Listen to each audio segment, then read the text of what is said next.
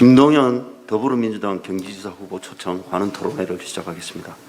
바쁜 와중에 초청에 응해 주신 김동연 후보자와 또 관훈클럽 선후배 동료 여러분, 그리고 취재 오신 기자 여러분, 굳은 날씨에 방문해 주셔서 감사합니다.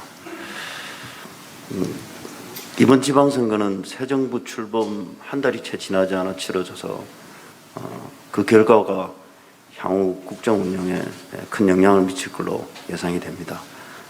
특히 서울시 선거는 수도 서울의 선거라는 점에서 경기도는 인구 1357만, 국내 최대의 광역단체 선거라는 점에서 국민의 관심이 집중되고 있습니다.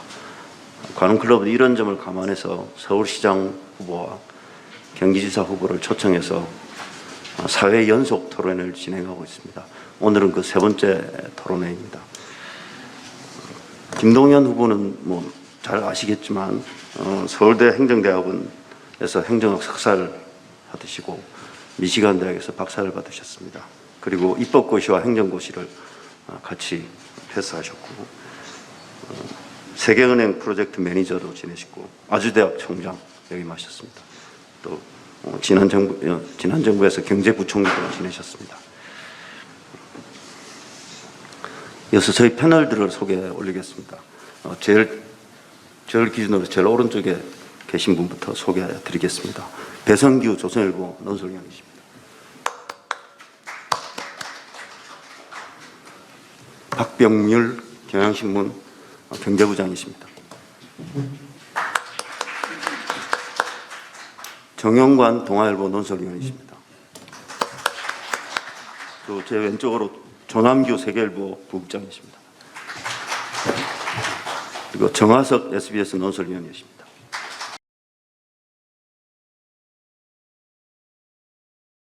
후보의 모두 발언을 듣도록 하겠습니다.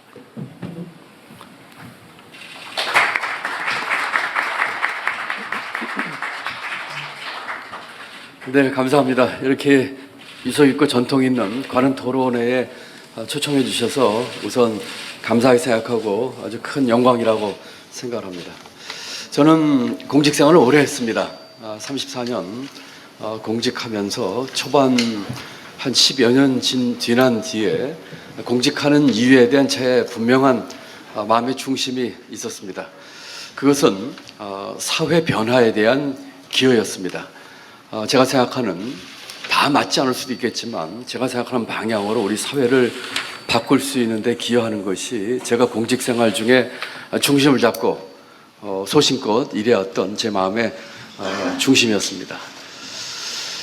우리 경제, 사회, 교육 모든 문화에 대해서 많은 것을 치유하기 위해서 공직 33년 하면서 많은 노력을 기울여왔습니다.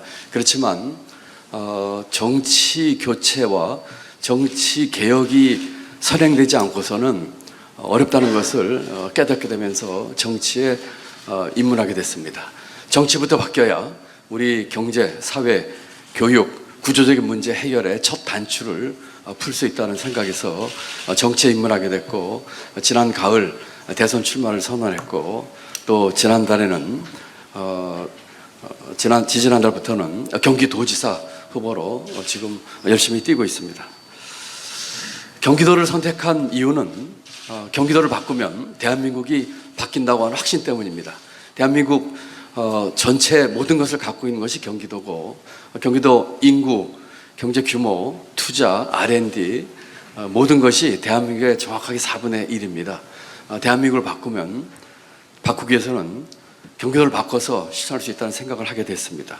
개인적으로는 30년 이상 경기도에 살았던 연고도 나름대로 작용을 했습니다. 15살 무허가 판잣집 소년 가장에서 집이 철거돼서 그 당시 경기도 광주군 천막집에서 6식구 가장을 하면서 제 꿈을 키웠던 것이 경기도입니다.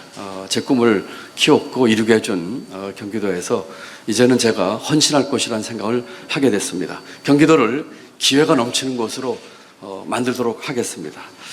이번 선거는 경기도지사 선거는 경기도민을 위한 선거여야 되는데, 또 경기도를 위한 선거여야 하는데, 지금 정치 싸움 또는 정쟁으로 흐르는 것 같아서 상당히 안타깝습니다.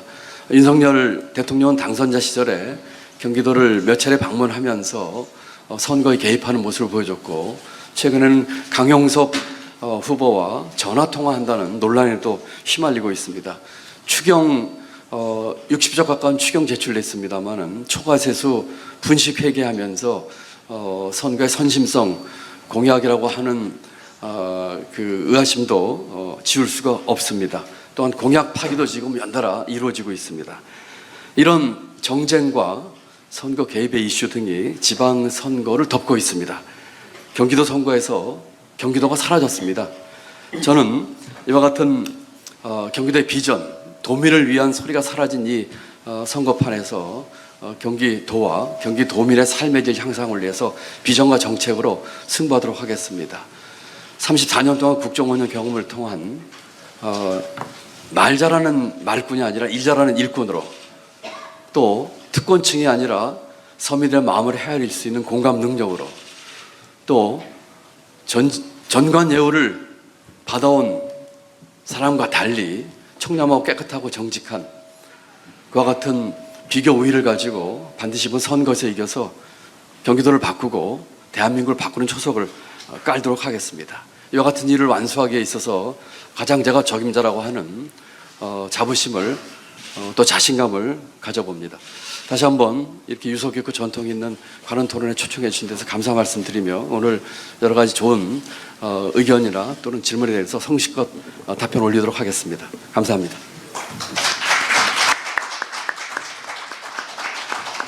김 후보께서 이 준비하신 모두 발언을 안 하고 즉석에서 하신다고 그래서 굉장히 관심을 갖고 들어봤는데 일만 잘하는 게 아니라 말씀도 잘하시는 것 같습니다. 심지어 뭐 정치적 공세도 적당히 섞어서 하시고, 특히 모두의 말씀하신 게 이제 이 경기도 선거가 정치판에 휩쓸렸다고 했는데 죄송하지만 저희 첫 질문은 정치 쪽에서 좀 시작을 해야 될 것 같습니다.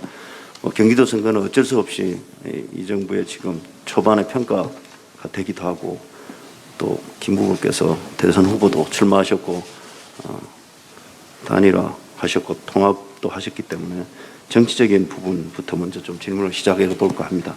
먼저 배성규 의원께서 질문을 시작해 주시겠습니다. 네, 안녕하세요. 배성규입니다. 김종인 후보와는 개인적으로 가깝고 또 좋아하는 분인데요. 그래도 제가 패널로 참석했기 때문에 다소 까칠한 질문이 있더라도 좀 이해해 주시기 바랍니다. 네, 우리 김동연 후보는 대선 때 새로운 물결을 창당하셨고, 그때 보수 진보를 동시에 비판하면서 이 아래로부터 반란을 하겠다, 이렇게 기치를 내세우셨습니다. 그리고 어느 진영에도 가지 않겠다, 그리고 독자 노선을 걷겠다고 말씀을 하셨습니다. 그런데 이재명 후보와 대선에서 손을 잡으셨고 민주당과 합당해서 지금 민주당 후보가 되셨습니다. 초심이 잘못됐던 겁니까? 아니면 어쩔 수 없이 현실과 타협을 하신 겁니까? 네, 배 의원님 질문 감사합니다. 저는 지난 9월 8일 대선 출마를 했습니다. 그리고 우리 배 의원님 말씀처럼 양당 구조로 이 강고하게 갈라진 정치 구조에 대해서 비판했습니다. 제대로 된 보수와 제대로 된 진보가 없다는 말씀을 드렸습니다. 그리고 제가 추구하는 가치를 위해서 아주 소신껏 일관되게 선거운동을 했습니다. 선거 막바지에 대선 얼마 안 앞두고 현실적인 문제가 있었던 것도 솔직히 고백은 안 할 수가 없습니다. 양당 구조가 더욱 강고해지면서 제가 주장했던 기존의 양당 구조를 깨는 것에 대한 현실적인 애로사항이 있기도 했습니다.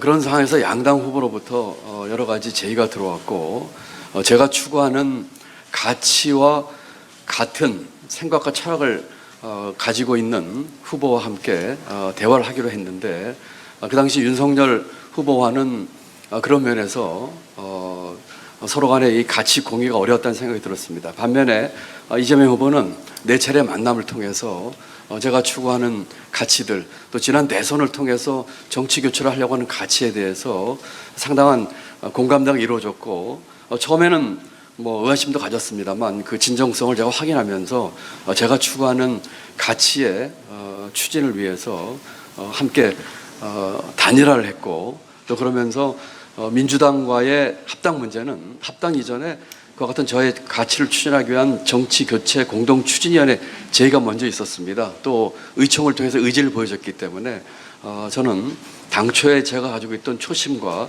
이 가치를 추구하기 위해서 민주당과 합당을 했고, 또 이렇게 후보로 나왔다는 말씀을 드립니다.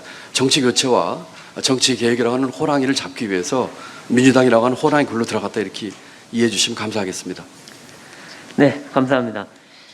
그리고 김동연 후보께서는 그 이명박, 박근혜, 문재인 등 역대 여러 정부를 거치면서 청와대 비서관, 기재부 차관, 국무조정실장, 경제부총리 등 요직을 두루 거치셨습니다. 뭐 이거는 이 능력을 평가받았다고도 볼 수 있는데요. 하지만 일각에서는 정권마다 꽃길을 걸으신 거 아니냐 이런 얘기도 나오고 정체성이 헷갈린다는 말도 나옵니다. 이 본인이 판단하시기에요. 이 진보를 0으로 놓고 보수를 10으로 볼 때 본인은 어느 정도 몇 점 정도에 있다고 본인의 정체성을 판단하고 계십니까? 예, 재밌는 질문이시네요. 저는 25살부터 공직생활을 했습니다. 34년 공직생활을 했습니다. 공직자로서 제게 주어진 책임을 나름대로 최선을 다했고요. 제 능력이 부족한 건 있는지 모르겠습니다만 최선을 다했고요. 어느 정부에서든 제가 갖고 있는 가치와 방향을 저버린 적은 없습니다. 노무현 정부 때 비전 2030 만들었습니다. 처음으로 동반성장과 또 복지국가 비전을 제시를 했고, 그 이후에 어느 보수 정권도 그것이 이명박 정부든 박근혜 정부든 그와 같은 비전의 틀에서 저는 벗어나지 않게끔 제 일을 했다고 생각을 합니다. 비록 노무현 정부 때 비전 2030은 좌초됐지만 그 이후에 이명박 박근혜 정부를 거치면서 그때 제가 냈던 정책들 현실적으로 추진하고 실현에 옮기는 그 상상력 범위 내에서 저는 제 나름대로의 정부직으로서의 최선을 다했다고 생각합니다. 초심 잃어본 적 한 번도 없습니다. 지금도 마찬가지고요. 지금도 저는 제대로 된 보수, 제대로 된 진보는 둘 다 우리 사회를 위해서 좋은 일이고 서로 간에 건전한 경쟁을 해야 된다고 생각합니다. 문제는 제대로 되지 않은 보수와 제대로 되지 않은 진보가 문제인 것이죠. 제대로 되지 않은 보수는 시장 원리를 주장하면서 시장 만능주의로 갑니다. 제대로 되지 않은 진보는 시장 만능주의를 깨져가면서 시장의 원리까지 깨려고 하고 있습니다. 저는 보수 진보 정부에서 중요한 일을 맡으면서 그와 같은 것에서 제가 추구하는 가치를 저버리거나 균형점을 깨진 적은 없다고 생각합니다. 스케일을 0부터 10까지 주셨습니다. 저는 우리 배 의원님께는 좀 죄송한 말씀이지만 이와 같은 보수와 진보를 나누는 분류에 대해서 제법 거부감을 가지고 있습니다. 지금 이 지난 3, 4년이었던 자본주의 역사에서 보수와 진보가 나름대로 그 나라가 처한 상황을 극복하기 위해서 변화해오고 적응해온 것입니다. 지금은 굉장히 많은 접점과 서로 수렴하는 양태를 보이고 있습니다. 지금 특히 코로나 맞으면서 큰 정부, 작은 정부 논란 의미가 없어지고 있고요. 시장 원리에 대해서는 진보도 동의하고 있고, 보수는 시장의 과정에서는 불공정과 시장의 결과에서는 불균형에 대해서 보다 신경을 써야 되는 이런 수렴하는 모습을 보이고 있습니다.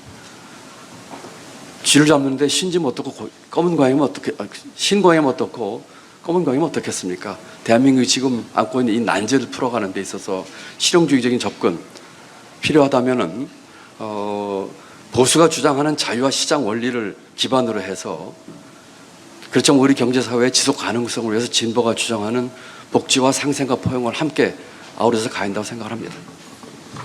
그러니까 이 10점 평가에 대해서는 답변을 이제 정확하게는 안 하셨는데요. 그렇다면 이렇게 바꿔서 여쭤보겠습니다. 이재명 후보와 가치를 같이 하신다고 하셨는데, 이재명 후보는 사실은 객관적으로는 아주 진보적인 후보로 평가를 받아왔습니다. 가치가 같다면 이재명 후보와 거의 진보적 가치를 같이 하시는 걸로 이해해도 되겠습니까? 제가 이재명 후보와 지난 선거에서 연대할 적에 4가지 제시를 했습니다.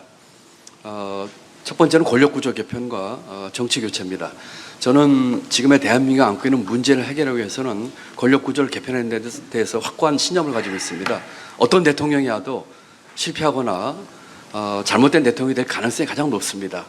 대통령 개개인의 잘못이라기보다는 우리의 정치 체제의 문제가 있는 것이죠. 지금의 5년 단임 대통령제, 승자 독식의 선거 제도 이런 것들에 대해서 얘기를 했던 것이죠.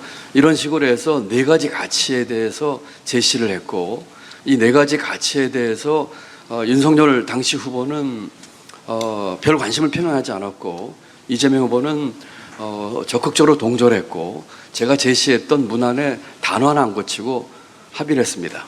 그리고 그 과정에서 저는 이런 질문까지 했어요. 선거를 앞두고 표를 얻기 위해서 선거 전략 내지는 정치 공학적으로 하는 거 아니냐 하는 이 후보의 진심이 무엇이냐 이런 얘기까지 했습니다. 그때에 변방 출신, 마이너리티 출신으로 민주당 개혁부터 얘기를 하면서 진정성에 대해서 제가 나름대로 확인할 수가 있었기 때문에 연대를 했던 것입니다. 그런 연대는 그분과 제가 모든 가치를 같이 한다고 하는 뜻이 아니라 제가 지난 대선에서 내세웠던 가장 중요한 가치에 대해서 공감하고 공유했기 때문입니다. 어떤 분은 저보고 이명박 후보의 계승이다, 아바타다 이런 얘기하는데 그렇지 않습니다. 제가 승계하고 발전 보완하려고 하는 것은 이재명 후보가 갖고 있는 생활 밀착형으로 도민들로부터 지지를 받고 있는 좋은 정책을 계승하고 발전하는 것입니다. 정책적으로 저는 그와 같은 것을 얹어서 김동연표 정책과 방향을 얹어서 제 나름대로의 색깔로 만약에 도정을 맡게 된다면 운영하겠다는 말씀을 드립니다. 네, 감사합니다. 그리고 김 후보자께서는 이 경제부총리로 재직하실 때 소득주도 성장, 주 52시간, 최저임금 인상 등 이 각종 경제 정책을 추진한 이 주체였습니다. 물론 이 당시 청와대가 강하게 밀어붙이는 바람에 어쩔 수 없이 했다는 얘기도 있었습니다만 어쨌든 본인의 책임은 인정하신다고도 하셨습니다. 지금 이 자리에서 여쭤보고 싶은데요. 문재인 정부의 소득주도 성장 정책 잘못됐다고 얘기하실 수 있습니까? 저는 문재인 정부 초대 부총리로 1년 6개월 일을 했고요. 그 1년 6개월 동안 경제 성과 결과에 대해서는 그 당시 경제 수장이었던 제가 조금 더 책임을 회피할 생각이 없습니다. 소득주 성장의 이제 소득주 성장이라고 하는 네이밍 자체를 제가 반대했었는데요. 주골자가 지금 우리 배 의원님 말씀하신 것처럼 최저임금 인상이나 근로시간 단축 이런 것들이 골자였습니다.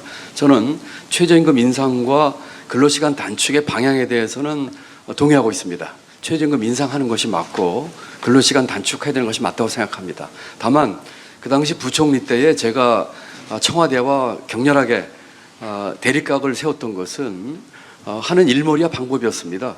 최저임금 인상의 방향은 맞지만 2년 새에 30%포인트 가까운 그 최저임금을 인상한다든지 또는 근로시간 단축을 업종이나 또는 계절적 요인과 상관없이 일률적으로 적용하는 것에 대해서는 제가 시장의 수용성과 또 그로 인해서 빚어지는 그 여러 가지 그 문제점과 후유증을 들어서 반대를 했던 것입니다. 저는 만약에 제가 얘기했던 대로 제가 건의했던 대로 됐더라면은 아마도 문재인 정부 5년 동안에 최저임금 10,000원 달성했을 겁니다. 저는 시장의 수용성을 충분히 감안하고 시장과 소통하자고 얘기를 했고 임금은 생산자나 이 자영업자 소상공인에게는 비용입니다. 이 같은 비용의 급격한 인상이 오는 고용 조정의 문제 같은 것을 강조했는데 제가 얘기했던 대로 그런 일머리와 또 시장과의 소통을 통해서 충분한 예측 가능성을 부여하면서 점진적으로 했더라면은 성공했을 것입니다. 근로시간 단축도 마찬가지입니다. 여러 가지 기업의 부서 중에서 R&D라든지 또는 일부 의료기관이라든지 또는 계절적 수요를 많이 타는 업종들이 있습니다. 이와 같은 것들에 대해서 기본적으로는 근로시간 단축 방향으로 가되 충분한 유예기간과 또 점진적 단계적으로 추진하자고 하는 얘기를 했는데 받아들이지 않은 것에 대해서는 안타깝게 생각을 합니다. 지금 그 소득주 성장에 대해서 비판하냐 반대하냐 이렇게 일률적으로 여쭤보시는 것에 대한 제 답은 방향 자체에 대해서는 저는 동의했지만 추진하는 방법과 일머리에 있어서는 다른 의견을 가지고 반대를 했었다. 그리고 제 의견대로 받아들여졌더라면은 진보의 가치를 추구한다면서 진보의 가치를 해칠 수 있는 일과 같은 그런 문제점은 해결됐었고 지금 경제나 이 부동산 문제 이런 것들은 훨씬 더 좋은 결과를 냈을 거다 이런 안타까운 마음이 있다는 말씀을 드립니다. 네. 그리고 이제 윤석열 정부가 지금 들어선 지 일주일이 조금 지났습니다. 집무실 이전이라든가 내각 인선 논란 등이 있었는데요. 그럼에도 불구하고 윤석열 정부의 지금 국정 운영 어떻게 평가하신지 여쭤보고 싶고요.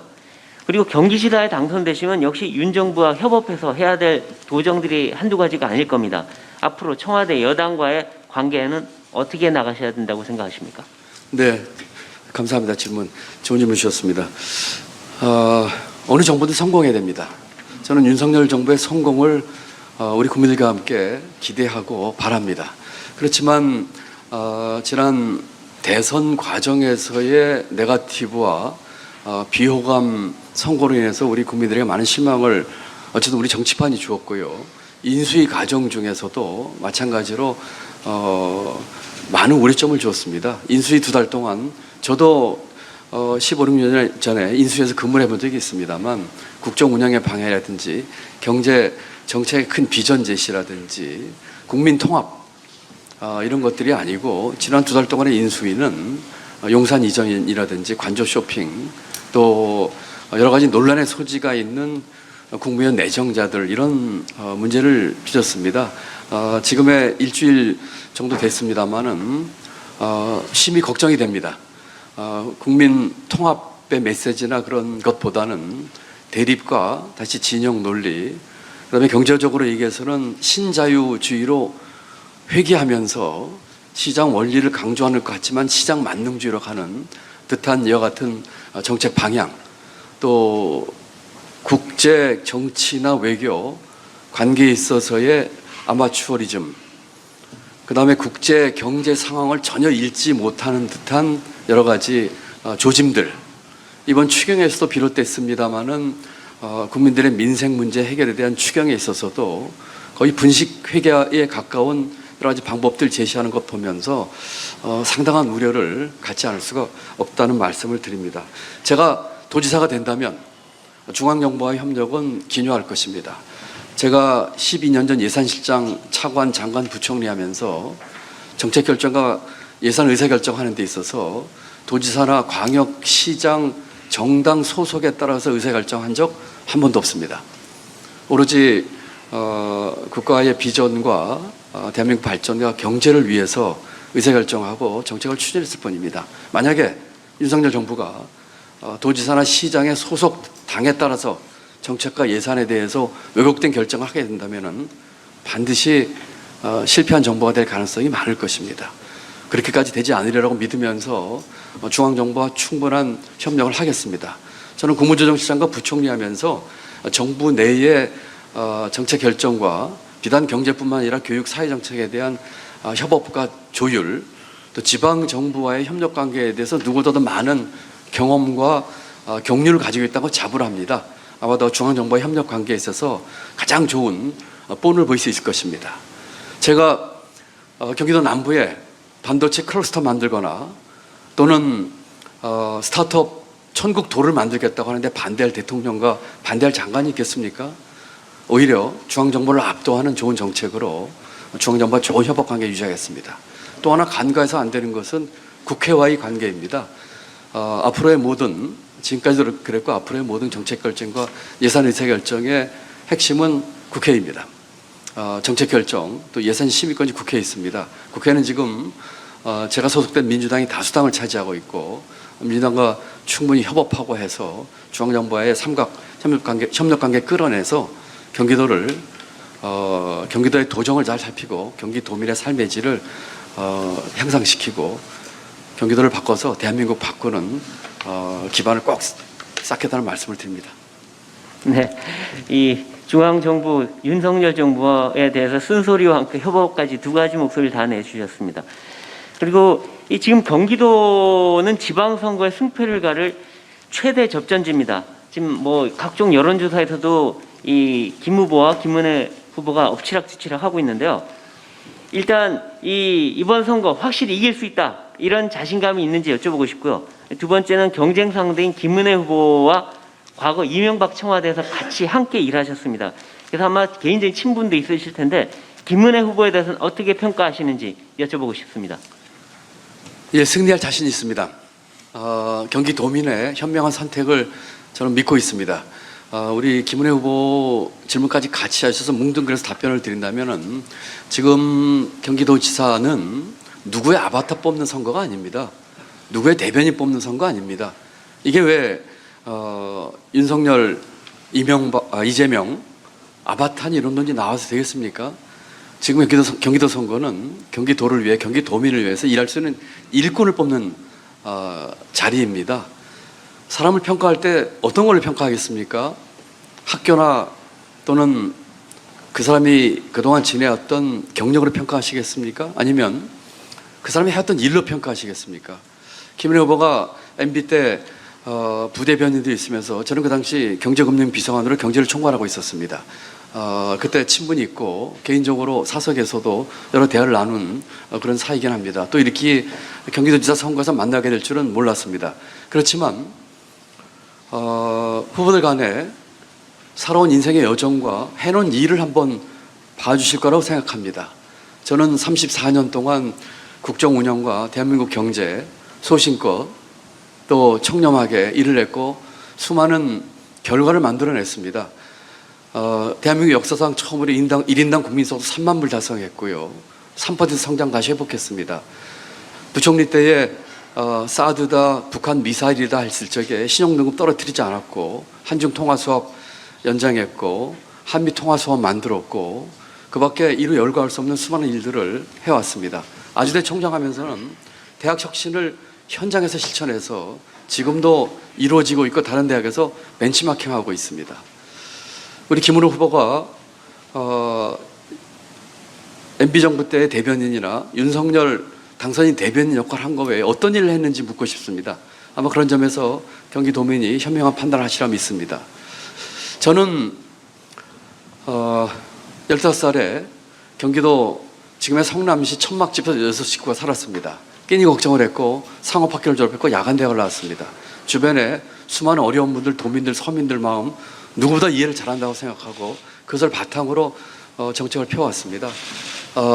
특권층이 아닌 특권층이 아닌 서민 마음 이해하는 그런 것에 대해서 도민 여러분들께서 평가하시라고 믿습니다.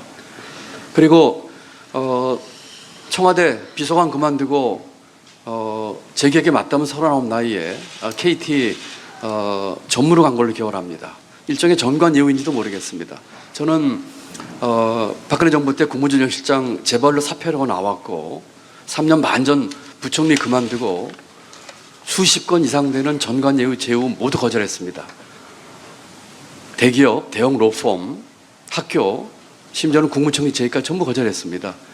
결국 전관 예우와 그런 것들을 거절하면서 깨끗하고 청렴하고 정직하게 살아온 사람이란 점에서 경기도민께서 현명하게 판단을 하시라고 믿고 승리를 자신합니다.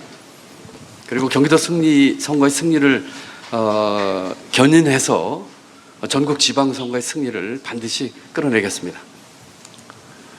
예, 배우님 수고하셨습니다.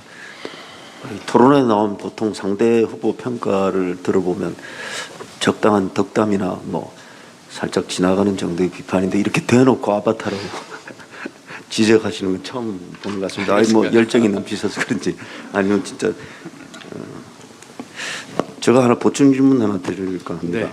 그러니까 소주성의 구체적 정책적 방향에 대해서는 찬성하신다고 동의하신다고 하셨는데 그 이름에는 반대하셨다고 말씀하시는데 그게 아마 경제 전문가로서 소득주도 성장이라는 개념에는 문제가 있다. 소득이 성장을 주도한다는 기본 정책 기조는 문제가 있다 이런 뜻입니까?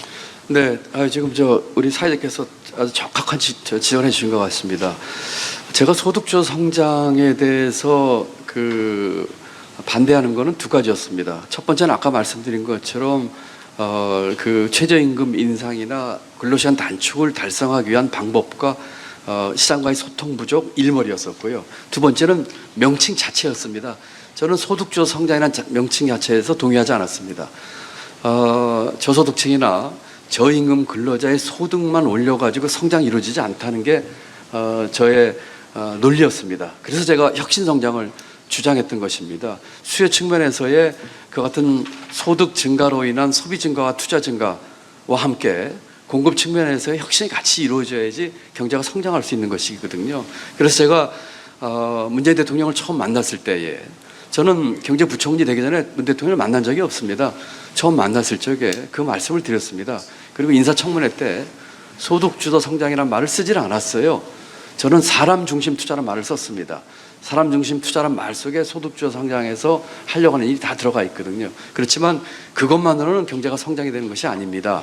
또는 질 높은 성장은 이룰 수 없습니다 하는 것이 저희 소신이었기 때문이지요. 그렇기 때문에 저는 첫째로는 그 네이밍이 그 같은 문제와 함께 잘못하면 이것이 정쟁화될 수 있는 덫이 될 수 있다는 측면에서 그 이름을 제가 반대했고 그 청문회에서 그 말을 안 썼던 것이고요. 내용상으로는 이제 일머리와 시장과의 소통 방법 이런 면에서 반대를 냈다 이렇게 말씀드립니다. 오늘 그 토론회 준비 리허설을 하면서 어제 오세훈 시장의 경우 정치인이라서 말을 너무 많이 해서 예상된 질문이 절반밖에 못했습니다. 근데 아마 김동연 후보는 관료 출신이니까 그렇지 않을 거라고 했는데 오세훈 시장보다 더 많은 말씀을 죄송합니다. 더 짧게 하겠습니다. 네. 주옥 같은 질문이 많이 남아있고 네, 아마 알겠습니다. 답변하고 네. 싶어 하실 질문도 많습니다. 그래서 네, 그렇게 하겠습니다. 좀 압축해서 네. 답변해 주시면 좋겠고요. 정치에 또 다양한 현안이 있습니다. 그래서 이번에는 정용관 의원께서 정치 파트 2 질문을 이어가도록 하겠습니다. 네, 저는 질문을 짧게 드리겠습니다. 네, 답도 짧게 하는 말씀이시죠?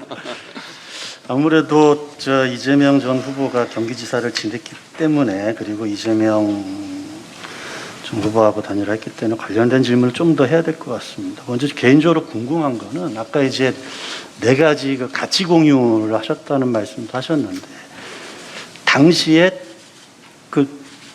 말씀하시면서 다음에 경기지사를 출마하는 게 좋겠다 뭐 이런 얘기를 두 분이 나누신 적 있나요? 전혀 없습니다. 전혀 없습니다. 만약에 그 당시에 이 후보가 그 얘기를 했더라면 제가 연대하지 않았을 겁니다. 저는 연대하면서 어떤 조건이나 이런 얘기를 전혀 한 적이 없고요.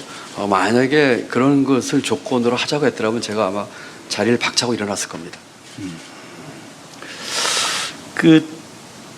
이재명 전 지사가 이제 대선 패배 2개월 만에 이제 국회의원 보궐선거에 출마했는데 이 부분도 좀 여쭤봐야 될 것 같습니다. 제가 언젠가 이렇게 가다가 라디오를 들었는데 그때 이 얘기가 나오니까 앵커가 질문을 했던 것 같아요. 그 출마 가능성에 대해서 어떻게 생각하시냐 했더니 당시 우리 후보님께서는 좀 그러진 않지 않겠느냐 이런 식으로 답변했던 걸로 저는 기억을 하는데 어떻게 보세요? 이렇게 지금 대선 패배 2개월 만에 출마를 하고 그것도 자기 연고가 아닌 인천 계양 상대적으로 언론이 보기엔 좀 더 당선 가능성이 높은 지역으로 가는 것 좀 타당하다고 보시는지 혹시 그 전에 뭐 이런 얘기 또 뭐 상의한 적은 있었는지.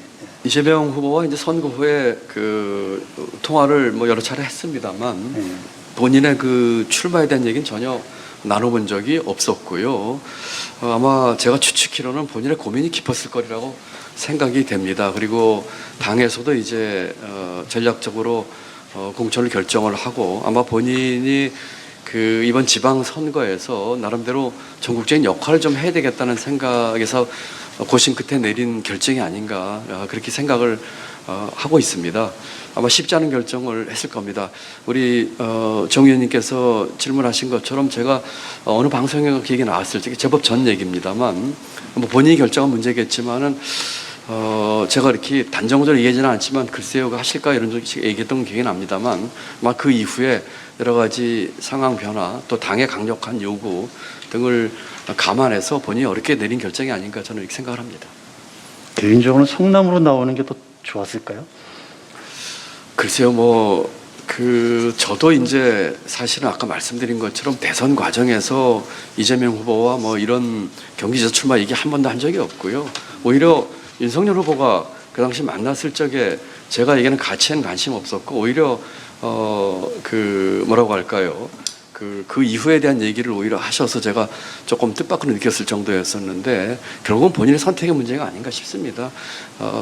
성남이 좋았을지 인천 계양이 좋았을지는 뭐 본인이 판단을 오르셨겠지만 아마 당 쪽에서 그 개항을 전략 공천하는 것이 결정했던 걸 알고 있고, 또 성남에는 분당 갑에 김병관 후보라고 지난번 선거에서 아주 아깝게 진 후보가 있었던 것도 하나 고려인이 아니었을까, 저는 뭐 이렇게 추측을 해봅니다.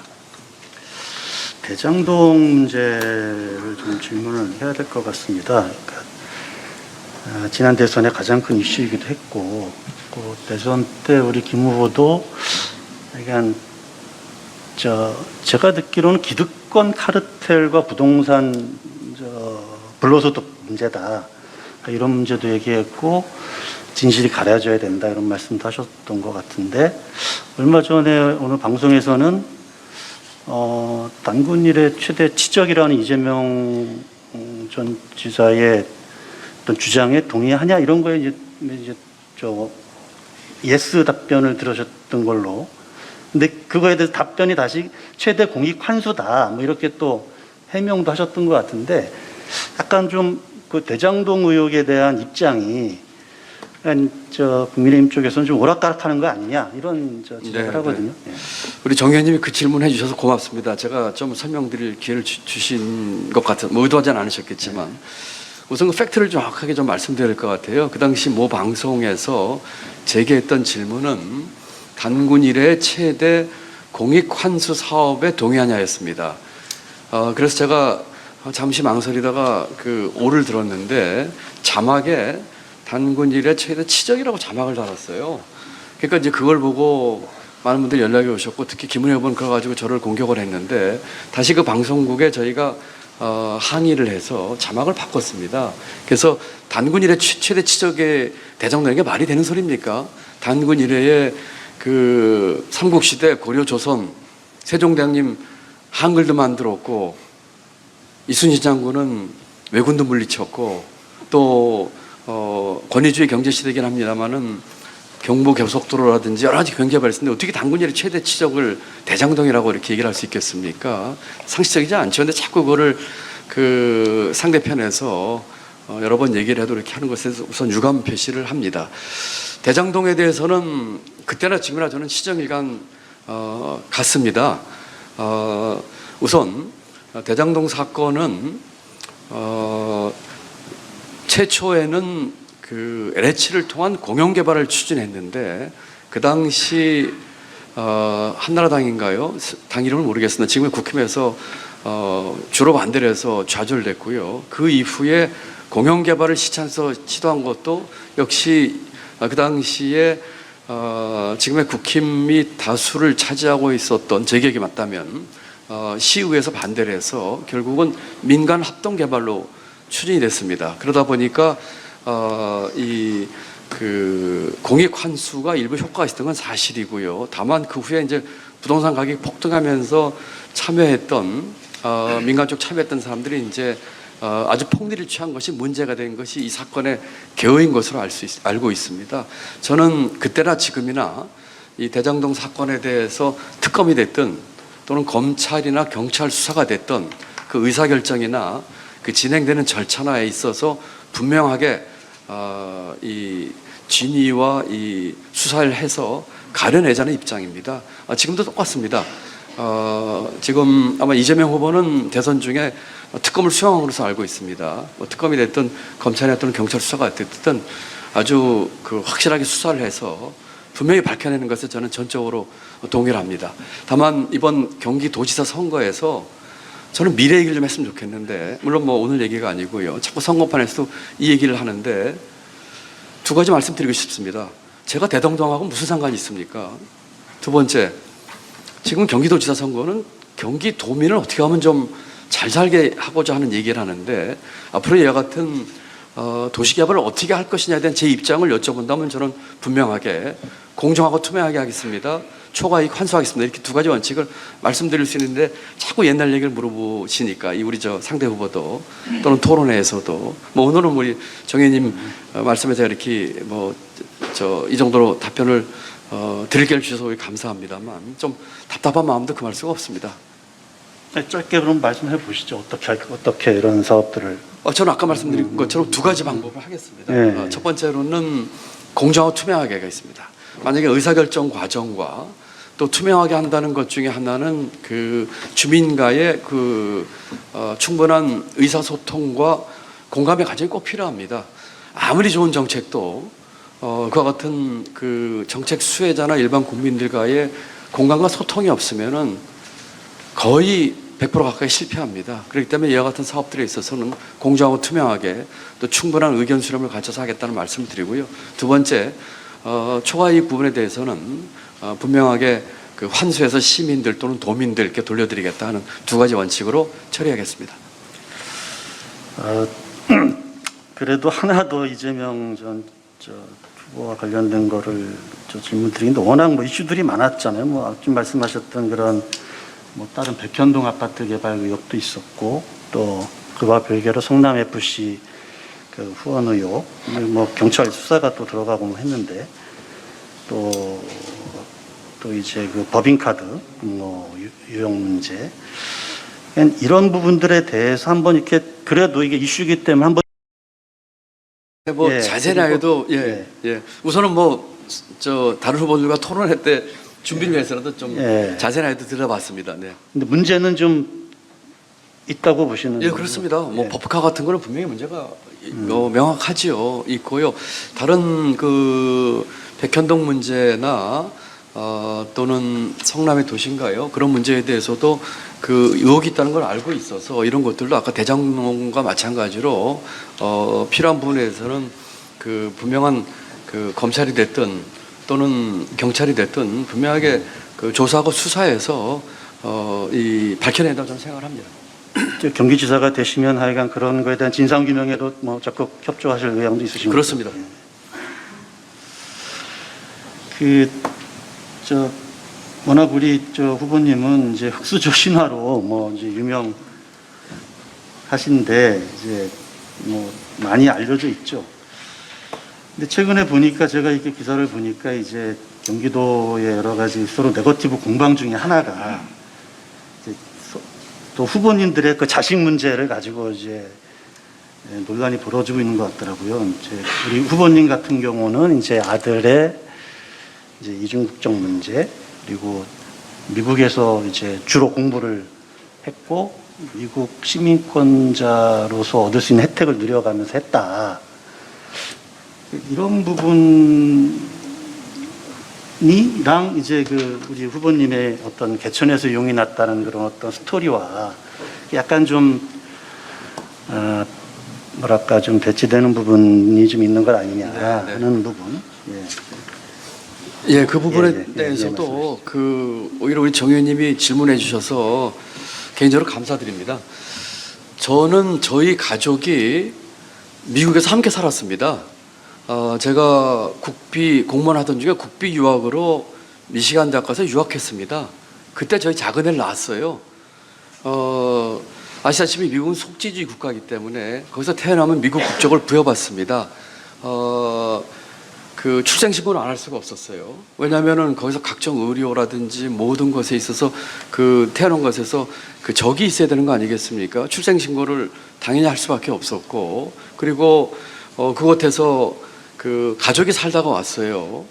그리고 한국에 와서도 그 학교를 다녔고요. 그리고 다시 미국 간 게 제가 워싱턴 DC에 있는 세계은행 월드뱅크 근무할 때 가족이 다 같이 갔습니다. 저희 집 애가 그때 작은 애가 5살이었습니다. 큰 애는 고등학교 1학년이었고요. 그래서 저희 집 애들은 큰 애는 제가 유학 간 동안 한 4년 동안 함께 살았고 그 후에 거기서 태어난 작은 애 같이 살았고 월드뱅크 가서 저희 가족이 같이 살았습니다. 그리고 저희 집 애들은 전부 공립학교 다녔습니다. 제가 유학 비자로 또는 국제기구 근무하는 비자로 근무하기 때문에 공립학교 들어갈 수가 있어요. 사립학교 들어갈 형편도 못 됐고요. 저희 집 애들은 저희 가족이 미국에 있는 동안에 전부 공립학교 다녔습니다. 가장 중요한 거는 그 작은 애가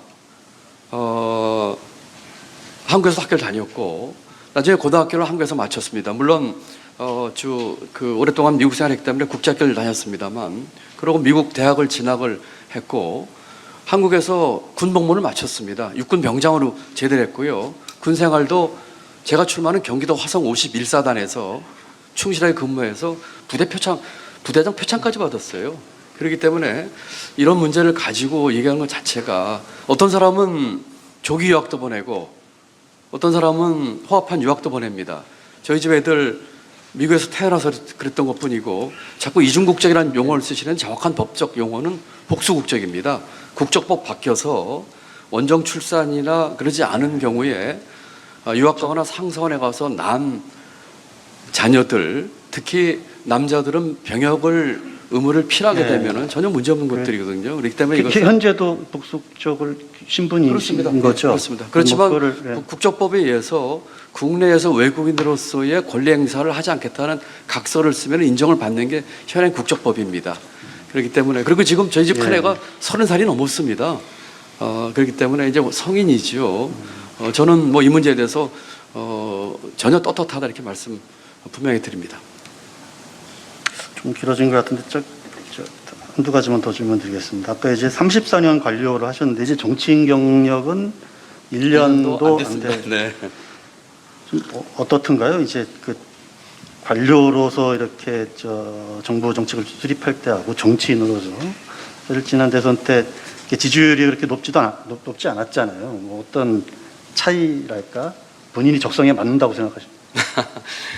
예, 저는 이렇게 생각합니다. 저는 사실을 작년 9월에 대선 출마하기 전에 정치 권유를 많이 받았습니다. 양당으로부터 총선이나 서울시장 보궐선거나 대선 경선 출마 선언할 때마다 제가 거절을 했습니다. 아까 말씀드린 것처럼 기존에 양당 구조에서 정치하고 싶은 생각이 없기 때문인데 저희 기재부 출신의 선배 동료들이 정치하는 길은 한 가지였습니다. 거대 양당 중에 하나 들어가서 뺏지다는 것이었죠. 저는 그게 싫더라고요. 정치를 어렵게 결정을 했습니다. 대선 출마할 적에 제가 대선에 출마해서 당선되리라는 생각 거의 하지 않았습니다. 그렇지만 이대로 가서는 안 되겠다. 정치판을 바꿔야 되겠다는 생각으로 제 가치를 고거히 높이 세우고 싶었습니다. 가서 깨지더라도 이 가치를 갖고 부딪혀보고 싶었습니다. 지금은 이제 정치한 지 지금 작년 9월부터 기산하면은 뭐 한 9개월, 10개월도 채 안 됐겠지요. 저는 정치 경력이 짧은 것이 저의 비교 우위 중에 하나라고 생각을 합니다. 저는 기존의 정치판을 바꾸기 위해서 정치를 시작했고요. 기존의 정치 문법과 행태에 따르고 싶지 않습니다. 그건 지금도 마찬가지입니다. 많은 사람들이 저희 캠프에서 주문해요. 다른 정치인들처럼 이렇게 하라고 저렇게 하라고 하는데 제가 그렇게 하고 싶지 않습니다. 저는 정치판을 바꾸기 위해서 나온 사람이 기존의 정치 문법과 정치 행태를 그대로 따른다면은 성공하지 못할 것 같습니다. 비록 어떤 결과가 있을지 모르겠습니다만 새롭게 하고 싶습니다. 그리고 그 길이 좀 험난하더라도 제가 갖고 있는 가치를 바꾸거나 초심을 잃고 싶지 않습니다. 아까도 우리 배성규 의원님께서도 그럼 왜 민주당 들어가냐 얘기하셨는데 민주당 들어가서 바꾸고 싶습니다. 개혁하고 변화하게 하고 싶습니다. 그럴 가능성을 지난 대선에서 연대 과정에 봤기 때문에 그렇게 했던 것이지요. 그래서 우리 정 의원님 말씀처럼 애로사항도 있고 스트레스도 받고 그동안의 관료 생활과는 전혀 다른 면에서 제가 적응이 좀 어려운 점도 있지만 그래도 기운차게 또 신나게 하려고 노력을 하고 있다는 말씀드립니다. 하나만 좀 이제 경기도의 경우 이제 아까 말씀하신 이제 대한민국의 4분의 1을 차지하는 축소판이라고 할 수 있는데 그냥 단순히 무슨 행정만 하는 곳은 아니잖아요. 그렇죠? 그렇습니다. 네. 그러니까 정치 영역이 필요한 곳이고 여러 가지 갈등 현안이라든지 뭐 이렇게 풀어가야 될 것들이 많은데 약간 이제 정치력 같은 게 좀 중요하지 않습니까? 근데 그 부분에서 사실은 지금 우리 후보님이 뭐 이렇게 지금까지 보여준 건 없는 정치인으로서의 역량을 보여준 건 없지 않느냐 이렇게 네, 네. 저 물어볼 수도 있을 것 같아요. 네. 우리 정 의원님 그 질문에 이제 겸허하게 그 수용을 하고요. 앞으로 노력을 많이 하겠습니다. 그렇지만 아까 말씀드린 것처럼 경제 관료들이 정치의 길로 접어드는 것은 그동안에 양당에 들어가서 빼치다는 것이었습니다. 저는 다 거부했고 당을 만들었습니다. 제가 신당을 창당을 했고요. 그리고 대선에서 나름대로 의미 있는 시도를 했다고 생각을 합니다. 그리고 지난 대선에서 그 비호감 네거티브 판에서 나름대로의 그 아젠다, 정치 교체하고 국민 통합이라고 하는 아젠다 세팅에도 제가 나름대로 기여했다고 생각을 합니다. 그런 점에서 어느 정도의 잠재력을 좀 보여주면서 가능성 보여주지 않나 생각을 하고 지금 주신 말씀처럼 겸허하게 수행해서 노력하겠습니다. 그렇지만 기존 정치와는 다르게 하겠다고 하는 소신과 생각에는 변화가 없다는 말씀을 다시 한번 드립니다. 예, 이 관훈클럽의 토론의 장점 중에 하나가 이제 주요 이슈에 대해서 집요하게 질문을 하고 동시에 또 초청자는 본인의 생각이나 의사를 충분히 표현할 수 있는 게 장점으로 꼽히긴 합니다. 그런데 이미 지금 두 사람 질문했는데 1시간이 다 돼가고 있습니다. 한 번 더 말씀드리는데 토론에서 시간 지키는 게 굉장히 중요한 덕목입니다. 다음 질문부터는 조금 더 압축해서 답변을 좀 해주시길 바랍니다. 그리고 질문자들도 조금 더 속도감 있게 질문 부탁드립니다. 부동산 문제는 서울은 물론이지만 경기도 굉장히 중요한 문제고 또 경기도는 신도시 개발을 포함한 다양한 부동산 이슈들이 제기되고 있습니다. 그래서 이번에는 박병률 경제부장께서 부동산 관련 질문을 이어가도록 하겠습니다. 경향신문 박병률 경제부장입니다. 제가 과거에 기재부 출입할 때 사실 지금 김동연 후보께서 부총리를 하셨죠. 네, 그때 당시에 부총리를 뵀을 때 정말 몇 년이 지나가지고 이런 자리에서 정치인 김동연으로 제가 뵐지는 정말로 상상을 못했습니다. 좀 감회가스럽기도 하고 이제 그러다 보니까 그때 부총리 시절에 하셨던 여러 가지 일들도 저도 이제 새롭게 한번 반추를 한번 해봤습니다. 경기도 관련된 부동산 정책을 몇 가지 여쭙겠는데 일단 그 전에 궁금한 게 있어가지고 일단 한두 가지는 먼저 좀 짚고 가야 될 것 같습니다. 아무래도 문재인 정부 때 초대 부총리를 하셨다 보니까 여러 가지 뭐 경기 정책과 관련돼서는 아까 소주성 얘기도 나왔습니다만 일정 부분 이제 연루될 수밖에 없는데 특히 소주성과 함께 부동산 정책도 지금 반추해 보면 상당히 좀 문재인 정부 때 특징적이었다라는 좀 생각이 듭니다. 당시 부동산 정책에 관련해서도 우리 지금 김동연 후보께서 많이 이제 청와대와 이제 싸웠다 이렇게 말씀을 많이 하셨고 저희도 그렇게 알고 있습니다. 하지만 어쨌든 결과적으로 그 문재인 정부의 부동산 정책이 시행이 됐고요.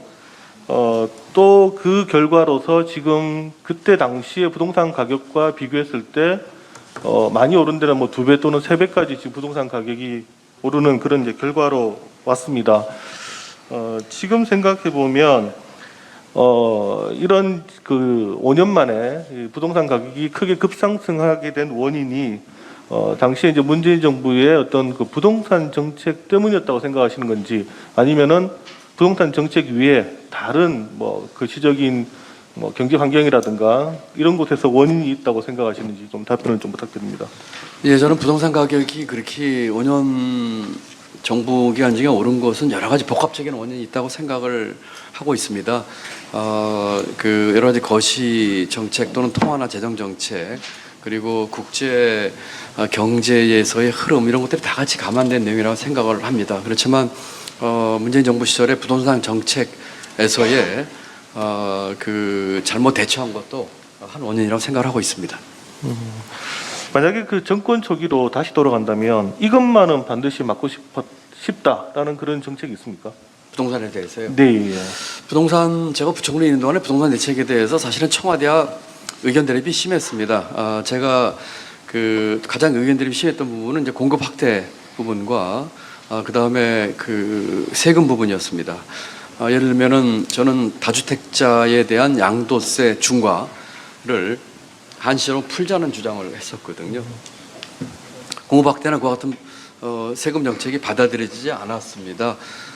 사실은 상당히 강하게 주장을 했었는데 경제부총리로서도 이와 같은 의사결정 과정에서 최종 결정자가 아닌 때가 많이 있습니다. 지금도 안타깝습니다. 만약에 그 공급 확대와 그 같은 부동산 세제 면에 있어서의 제가 그 주장했던 내용들이 받아들여졌더라면은 좀 다른 결과가 나왔을 것 같습니다.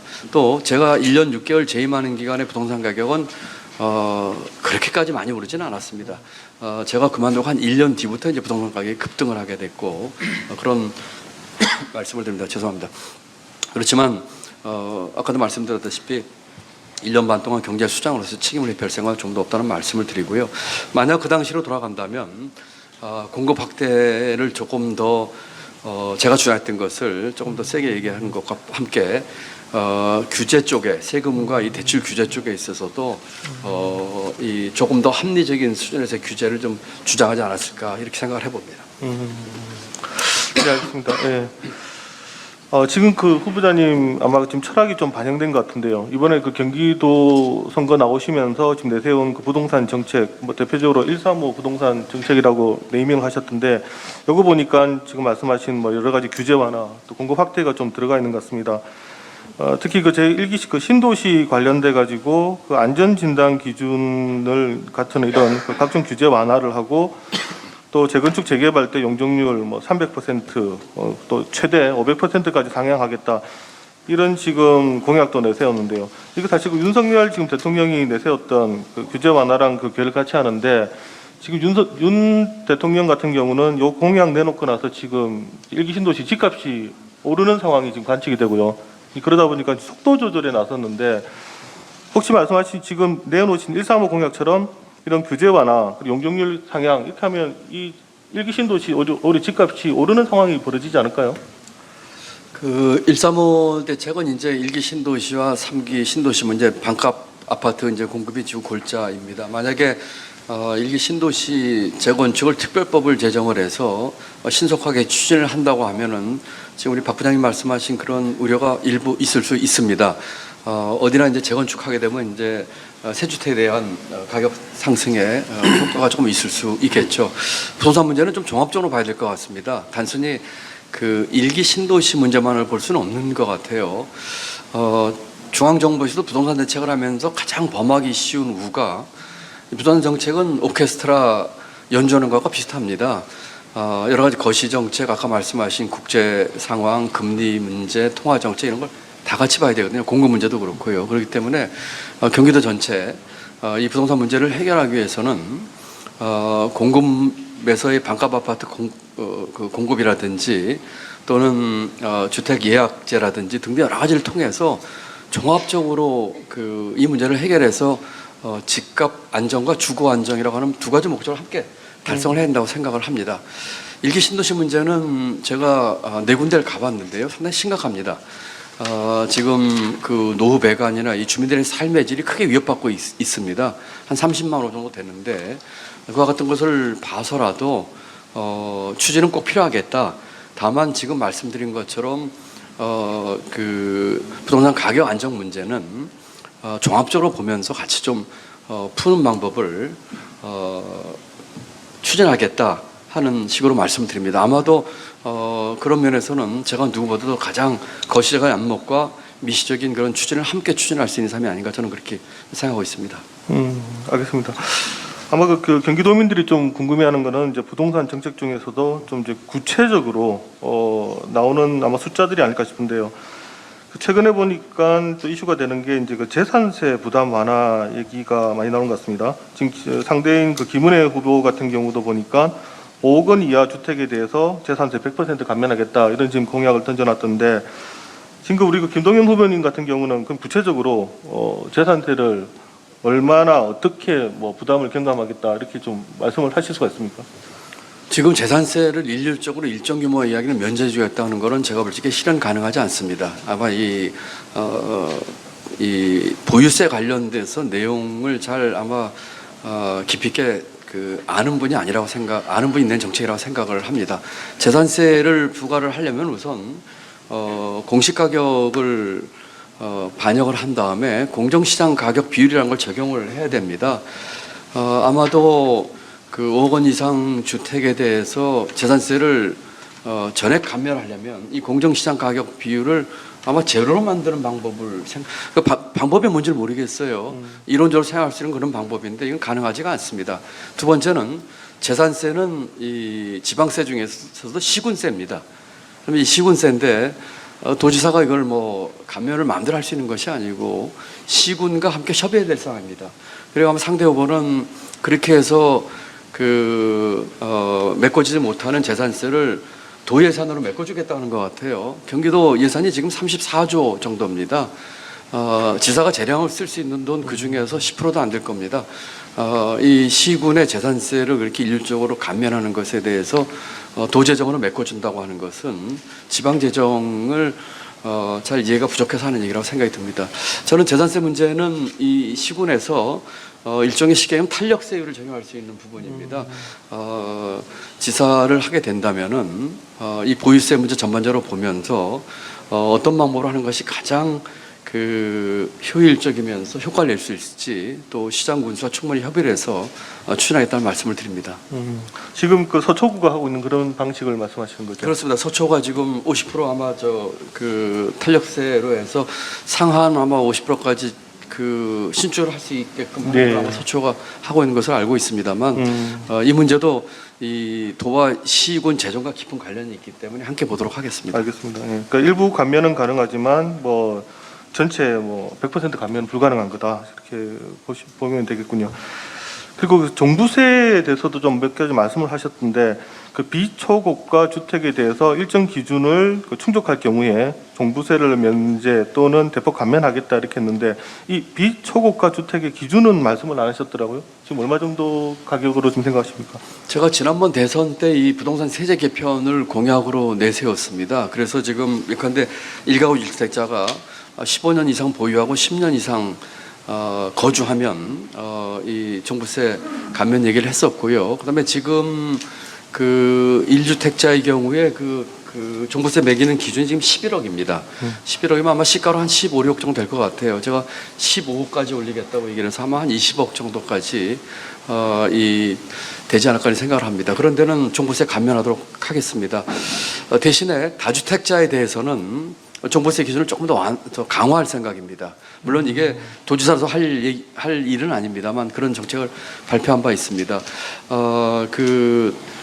초고가 주택에 대해서는 어느 정도까지 할 때는 이건 시장 상황과 또 여러 가지 제반 여건을 고려해서 지금 금액을 얘기하기보다는 조금 충분한 검토를 한 뒤에 결정할 사안이라고 생각합니다. 알겠습니다. 그리고 1가구 1주택자의 1가구 1주택자가 장기 보유할 때 양도소득세를 감면하거나 혹은 이제 10% 세율을 적용하겠다 이런 공약도 있던데요. 지금 현재 보면 시가 12억 원 이하 주택이면 어차피 지금 양도세는 세금이 없거든요. 그럼 결국 이제 12억 원 이상 주택을 매매할 때를 얘기하는 것 같은데 지금 문제가 집한 채 팔더라도 2, 30억 차익을 남기는 사람들한테 저세율을 적용하면 이거 사실상 부자 감세 아니냐. 이것도 형평성이 어긋난다라는 주장이 있는데 이런 부분은 좀 어떻게 생각하십니까? 양도세 문제가 저는 우선 우리 박 부장님 말씀이 계셨지만 지금 다주택자에 대한 양도세 중과에 대해서는 부총리 때도 유예하자는 얘기를 했고 지금도 같은 주장을 하고 있습니다. 왜냐하면은 다주택자가 물건을 시장에 매물로 내놓을 수 있는 문을 열어줘야 되거든요. 그렇기 때문에 지금 2주택자에게는 20%, 3주택자에게는 30%의 양도세 중과를 하고 있는데 일정 기간 저는 부총리 당시에는 2년을 제시했습니다. 이재명 후보는 비슷한 공약을 내세웠더라고요. 1년을 이렇게 했던 걸로 제가 기억을 하는데 그와 같은 것을 통해서 이 부동산 시장에 좀 매물이 나와야 되겠다. 이것은 공급 대책 중에 일환이기도 합니다. 그런 말씀을 드리고요. 양도세에 대한 감면 문제는 저는 아까 종부세와 마찬가지로 15년 이상 보유, 10년 이상 거주액에 대해서는 플랫으로 해서 이렇게 10% 정도의 세율로 하는 게 어떤가 하는 생각을 하고 있습니다. 왜냐하면은 15년 보유 10년 거주라면은 투기 목적으로 이 집을 샀다기보다는 충분한 실소유자라고 생각을 하기 때문이라고 생각을 합니다. 실제로 20억, 30억 이상의 양도 차익을 내는 주택이 그렇게 많은 것도 아니라는 생각에서 기본적으로 그런 그 정도의 조건을 충족하면 일률 세율을 하되 다만 지금 박 부장님이 우려하신 그런 사항들에 대해서도 구체적인 내용을 만들 때 보완할 내용이 아닌가 생각합니다. 네, 알겠습니다. 마지막 질문 하나 좀 드리겠습니다. 지금 공급 관련된 건데 3기 신도시 관련돼 가지고 후보자님께서 말씀하신 게 자적 도시화하겠다. 그러면서 창업과 스케일업이 모두 이루어지는 스타트업 천국 도시를 만들겠다라고 말했습니다. 아까 말씀하실 때 경기 남부라고 언급을 하셨는데 이게 지금 판교위에 구체적으로 지금 어디를 좀 염두를 하고 계십니까? 그 스타트업 천국 말씀하시는 건가요? 아니면- 네네네. 스타트업 천국 도시. 3기 신도시 문제는 제가 그 충분한 교육과 교통 인프라를 깔면서 정주 여건을 만들면서 했단 말씀이고요. 스타트업 천국은 경기도 전역에서 이뤄내려고 합니다. 다만 제가 그 7기 민선 그 도전과는 달리 8기 때는 혁신 성장을 강조했습니다. 혁신 성장 강조하는 것 부분 중에 가장 중요한 것 중에 하나는 지금 박 부장님 질문이 아마 그 질문과 연결될 것 같은데, 저는 성남에 있는 서울공항과 수원의 군공항을 함께 이전하려고 생각을 하고 있습니다.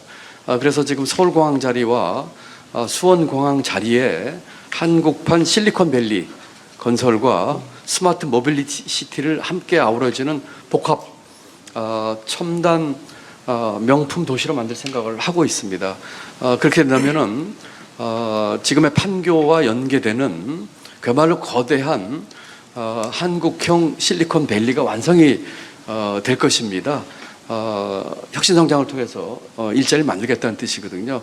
또 두 번째로는 저는 경기도를 스타트업 천국으로 만들겠습니다. 3만 개 스타트업을 임기 중에 만들어서 60만 개 일자리를 만들겠다는 공약을 이미 내세웠습니다. 마지막으로는 이제 대폭적인 규제 완화인데, 이 문제는 뭐 조금 질문에서 벗어나는 것 같으니까 여러 가지 제가 부총리 때 늘 강조했던 혁신 성장을 그와 같은 성남과 수원 공항 자리에 한국형 실리콘밸리와 스마트 모빌리티 시티 건설, 또 경기 남부에 완성하게 될 경기 국제공항을 반도체 수출의 허브 공항이자 주변을 국제 자유도시로 만드는 그런 계획을 통해서 경기도의 경제 활성화와 완전히 바뀐 경기도의 모습을 4년 임기 내에 보여드리겠다, 이렇게 약속을 드립니다.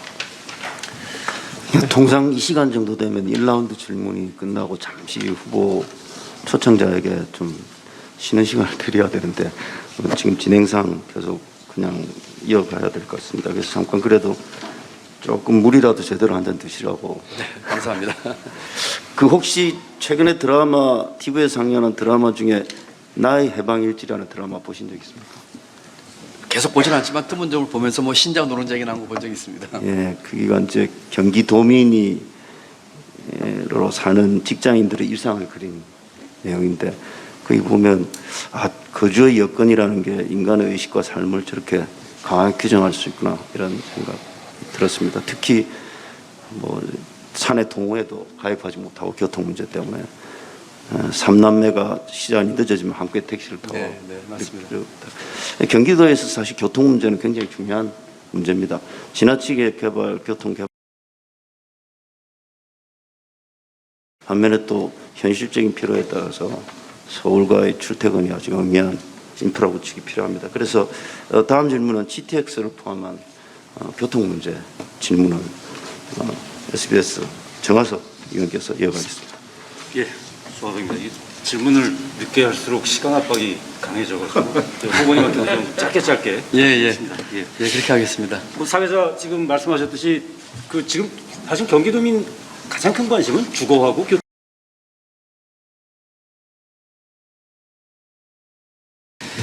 GTX 이 지금 뭐 여야 후보 모두 뭐 노선 연장, 그다음에 뭐 추가 노선 신설 이런 거 다 약속을 하고 있는데, 이 GTX가 사실은 2010년 지방선거에 그 당시 김문수 경기지사 후보가 공약으로 내면서 이제 이게 공론화가 된 거잖아요. 그 이후로 지금 경기도지사 선거가. 근데 그동안 보면은 GTX A 노선 지금 이제 공사하고 있고요. B 씨는 아직 뭐 한삽 떠보지도 못하지 않았습니까? 그다음에 지금 그 상황에서 D, E, F 해가지고 계속 후보들은 경기도민들한테 이렇게 희망을 심어주고 계시는데 어떠세요? 그 지금 뭐 추가 노선 검토하는 데만 5년 이상 걸릴 거다라는 뭐 전문가들 얘기들이 많은데, 그 지사 임기 4년 동안 어디까지 하실 수 있습니까? 지금 이제 GTX A 노선은 지금 2024년 일부 개통이 되고요. 아마 이제 삼성역 구간만 아마 2028년까지 되는 것으로 알고 있습니다. 지금 우리 그 정 의원님 말씀처럼 B 노선 이후는 지금 이제 계획 단계에 있는데, 워낙에 이제 대규모 공사가 되다 보니까 준비에서부터 그 절차를 밟는데도 너무나 많은 시간이 걸립니다. 아마도 다음 8기 민선 도지사 임기 중에 이와 같은 계획의 확정 또는 국가철도 기본계획의 반영 또 그 밖에 필요한 절차를 밟는 하겠다는 말씀을 드리고요. 특히 이제 재정과 민자 간에 이제 하이브리드 형식으로 할 것들도 있기 때문에 신속하게 추진할 수 있는 방안도 같이 강구하면서 그 절차를 지금부터 밟는 게 맞지 않는가 이렇게 생각합니다. 뭐 그렇게 말씀하시니까 어쨌든 지금 4번의 경기도지사 선거에서 계속 중요한 이슈가 되어 왔단 말이죠. 그 얘기는 어떻게 보면 이제 이게 민자 유치 사업 아닙니까? 사업성에 문제가 있어가지고 이게 이렇게 잘 이 진척이 빨리빨리 안 되는 건 아닌지, 왜 이런 걸 갖다가 저 후보님한테 묻느냐면은, 후보님 저기 기재부 이차관 시절에도 그 이 여야의 그 복지 공약 보면은 거의 뭐 증세하고 뭐 국채 발행이 불가피하다 해가지고 한번 뭐 선거법 위반 논란도 한번 공격도 받으셨잖아요. 그래서 드리는 말씀인데, 어느 정도 가능한가? 이 사업성이라는 게 그게 또 중요한 문제 아니겠습니까?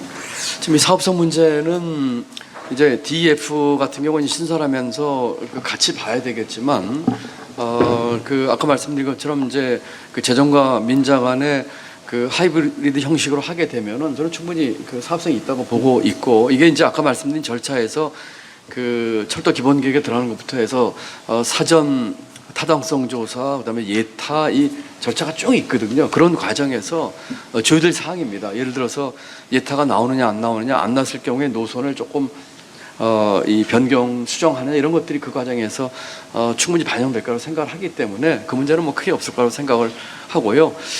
이 문제를 관련해서 지금 경기도 이제 교통을 이런 GTX를 통해서 뭐 제가 1시간 돌려드렸던 약속도 했지만, 또 하나 중요한 축은 아까 혁신성장이나 또는 이런 것을 통해서 경기도 내에서 문제가 해결하도록 하는 것도 동시에 이루어져야 될 것 같습니다. 그것은 일자리, 교육, 병원 수요 이런 것들을 경기도 내에서 잘 해결함으로써 경기도 자체 내에서 해결되도록 함으로써 교통 수요 자체를 줄이는 것도 함께 강구하도록 하겠습니다. 예, 뭐 아주 저 후반부에 저 굉장히 중요한 말씀을 하신 것 같은데요.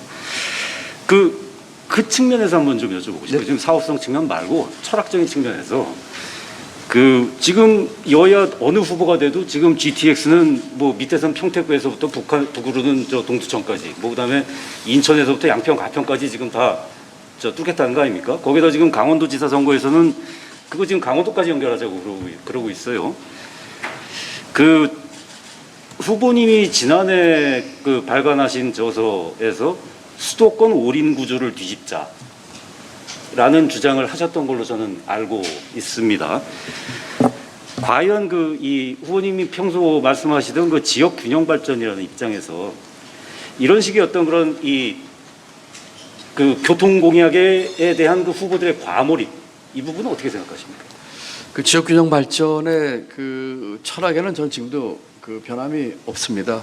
다만 이것이 이제 이와 같은 교통이나 또는 수도권 인프라 문제와 지역 균형 발전 문제를 그 제로섬 게임으로 볼 거냐 하는 문제가 있는 것 같아요.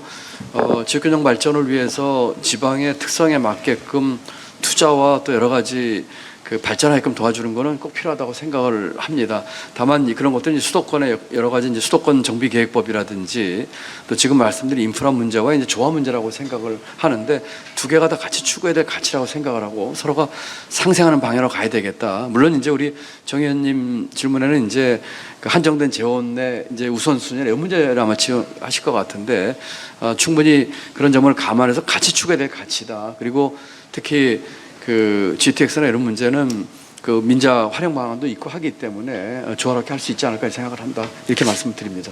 아니 근데 실제로 그 이 KTX 이제 그 개통을 하면 그 지방에 이제 이 설치된 KTX 역 주변에서 지역 상권들이 몰락하는, 그러니까 이 위축되는 그 빨대 효과라고 하지요. GTX에서는 그런 현상이 안 일어날까요? 그런 현상도 있을 수 있고 또 반대 현상도 있을 수가 있는 것이, 제가 며칠 전에 포천하고 연천을 가봤거든요. 거기에 젊은 청년들 일자리 문제, 또 창업하는 문제 이런 얘기를 하면서, 또는 교육 문제 얘기를 하면서 또 거꾸로 또 호소하는 측면도 있습니다. 저는 경기 북도 신설을 설치를 주장을 했습니다만, 그 이유는 경기 북부, 예를 들어서 경기 북부의 무한한 성장 잠재력이 크기 때문이거든요. 그렇기 때문에 이와 같은 교통 인프라를 통해서 얼마든지 그쪽이 자생적으로 또는 대한민국뿐만 아니라 국제적으로도 경쟁력 있는 개발을 발전할 수 있다고 믿기 때문에 충분한 그 시너지 효과를 낼 수 있을 거다 저는 이렇게 말씀드릴 수 있을 것 같습니다. 예. 일산대교 문제 좀 여쭤볼게요. 그 얼마 전에 사나흘 전에 그 일산대교 앞에서 네, 무료화 다녀왔습니다. 추진하겠다고 예, 한번 하시는 게 제가 뭐 기억이 나는데요. 이거 사실 지금 법원서에 넘어간 거 아닙니까? 네, 그렇습니다. 작년에 뭐 당시 이재명 지사가 강행하려다가 그 결국은 법원에 제동이 걸려가지고 지금 본안 소송으로 지금 가 있는 상태로 알고 있는데 뭐 어떻게 추진하신다는 거죠? 지금 뭐 법원이 결정할 일 아닌가요? 예, 이건 뭐 법원 판단을 일단 기다려 봐야 되겠죠. 그런데 지금 이제 여러 가지 정황을 잘 그 법원 판결 과정에서 이제 반영하도록 해야 되겠죠. 예를 들어서 한강 다리가 28개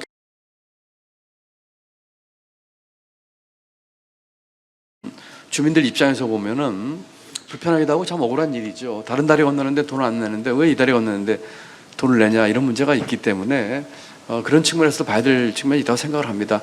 지금 이제 가처분 신청이 받아들여져서 본안 소송이 들어가 있는데 이런 점들을 충분히 저희가 그 반영할 수 있도록 최선의 노력을 다하겠습니다. 작년에 그 이재명 당시 이제 경기지사가 그 지금 일산대교 운영 주체가 국민연금공단이잖아요. 결국은 그 국민들로 받은 연금보험료를 거기다 투자한 셈인데 그리고 거기서부터 이제 투자 수익을 얻는 구조인데 그때 이재명 당시 지사가 국민연금공단을 악덕 사채업자로 표현했어요. 너무한다. 예. 이 너무 많이 가져간다는 뜻인데 여기에 대해서 뭐 후보님도 동의하시나요? 글쎄요, 제가 그 발언의 맥락을 지금 처음 듣는 얘기라서 SNS에 그냥 간단하게 해도 그렇습니까? 너무한다, 뭐 악덕 사채업자 같다. 글쎄요, 그 표현의 뭐 뜻은 잘 모르겠습니다만은 제가 뭐 그 앞뒤 그 맥락을 모르고 이렇게 뭐라고 평가하기는 좀 그럴 것 같습니다. 네. 뭐 어쨌든 그 운영권을 이제 그 일산대교 운영권을 가져오려면은 저 보상금을 줘야 되잖아요. 그게 지금 경기도에서 지금 산정해 놓은 게 한 2천억 원 정도라고 얘기를 들었고요. 근데 지금 뭐 그 연금공단 쪽이나 뭐 이렇게 얘기하는 거는 지금 운영권이 2038년까지 있는 건데 그때까지 이 운영 수익이 한 7천억 원 정도는 날 거다. 이 한 5천억 원 정도에 이제 그 있어요. 물론 지금 일산대교 무료화 해가지고 뭐 일산, 파주, 김포 시민들 전부 다 무료로 다리를 이용하면 좋겠지만 또 한편으로는 그만큼 국민연금공단의 입장에서는 손해라는 말씀이죠. 네. 자칫 뭐 국민연금공단 관계자 입장에서는 나중에 배임 혐의로 또 뭐 논란이 일 수도 있는 그런 부분들이 있지 않겠습니까? 그래서 이 어떻게 생각하세요? 이 맞나요?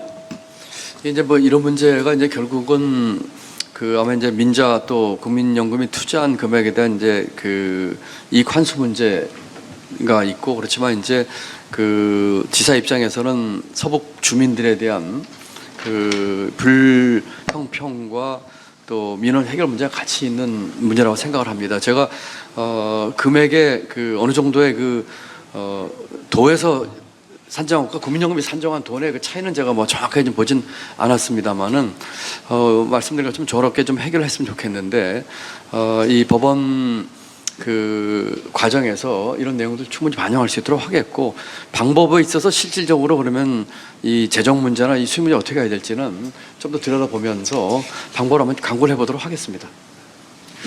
그 보상금을 준다고 했을 때 뭐 한 2천억 원이다 그러면 그 중에 아마 도비에서 나가는 게 한 최소한 절반은 되겠죠? 글쎄요, 그 문제는 이제 뭐 도비에서 그 지금 1,000억 정도라면은 감당할 만한 수준인지 또는 다른 방법은 없는 것인지 아니면 보다 좋은 조건으로 이걸 할 수 있는 방법은 없는 것인지 아마 시군에서 이걸 부담하기는 그렇게 큰 돈을 부담하기는 어려울 거고요. 또는 중앙정부와의 또 관계에서의 문제를 해결할 수 있는 방법은 없는지 등등 이런 것들을 함께 좀 종합적으로 봐야 될 것 같다는 생각이 드네요. 예, 저 자꾸만 사회자께서 눈치를 주셔가지고요. 마지막으로 한 질문. 네네. 예, 하겠습니다. 그 아까도 뭐 답변 중에 말씀하셨지만 그 최저임금의 급격한 인상에 대해서 그 시장의 수용성을 고려를 해야 된다라고 말씀을 하셨죠. 최저임금 인상에 그렇습니다. 대해서. 지금 시장의 수용성 관련해 가지고 일각에서는 이제 그런 얘기도 나오고 있어요. 그러니까 최저임금의 일괄적인 뭐 인상이 아니라 지역별, 업종별로 차등 적용을 해야 되는 거 아니냐, 최저임금을. 이런 얘기를 하고 있고 노동계는 지금 거기에 대해서 물론 반대를 하고 있죠. 근데 만약에 이제 그 후보님이 경기지사가 되신다면 경기도의 최저임금 이런 부분에 대해서 분명한 거는 이 맞닥뜨릴 수 있는 문제일 거라고 생각이 됩니다. 그래서 혹시 그 후보님이 경기지사에 당선이 되시면 그 이후에 최저임금의 지역별, 업종별 차등 적용 얘기가 이 공론화가 됐을 때 그 부분에 대한 입장을 어떻게 표명하실 겁니까? 네, 제가 부총리 있을 적에 그 업종별, 지역별 최저임금 차등화 검토를 했었어요. 실제로 미국 같은 경우에 주 단위로 다루고요. 일본도 비슷한 적을 취하고 있습니다. 제 기억이 맞다면은 지역별 임금 차등 문제가 쉽지 않더라고요. 업종별로 비슷합니다. 그렇지만 업종별 최저임금을 결정하는 제도는 지금 최저임금위원회가 있어요. 최임에서 결정을 하기 때문에 현행 제도로서는 그 최임이 결정을 따를 수밖에 없는 구도로 되어 있습니다. 지역별로 그 임금 그 차등화 두는 것에 대해서는 저는 신중해야 한다고 생각을 하고 있고요.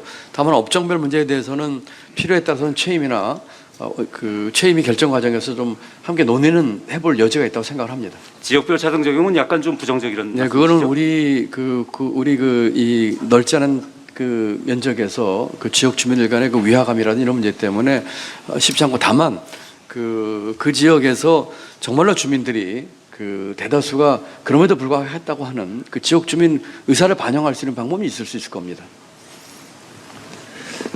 예, 경기도는 대한민국 최대 지자체이기도 하지만 적정 지역도 있고 바다도 있고 또 주민의 출신 지역 구성도 다양하고 또 남북 간의 불균형 문제도 있고 정말 다양한 압축적인 한국을 압축적으로 보여주는 문제를 안고 있는 지역이기도 합니다. 그래서 도정 현안도 다양한 현안들이 많습니다.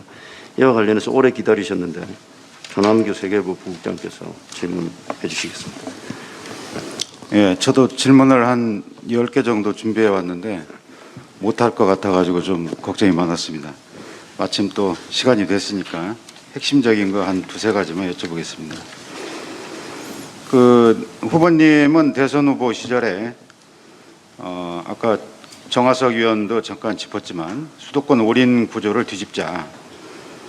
수도권보다 지역 균형 발전에 대한 공공 투자를 대폭 확충해야 한다. 그래서 그 사례로 3기 수도권 신도시 개발, 수도권 광역 교통 정책 이런 걸 바로 잡아야 한다는 주장을 펴셨습니다.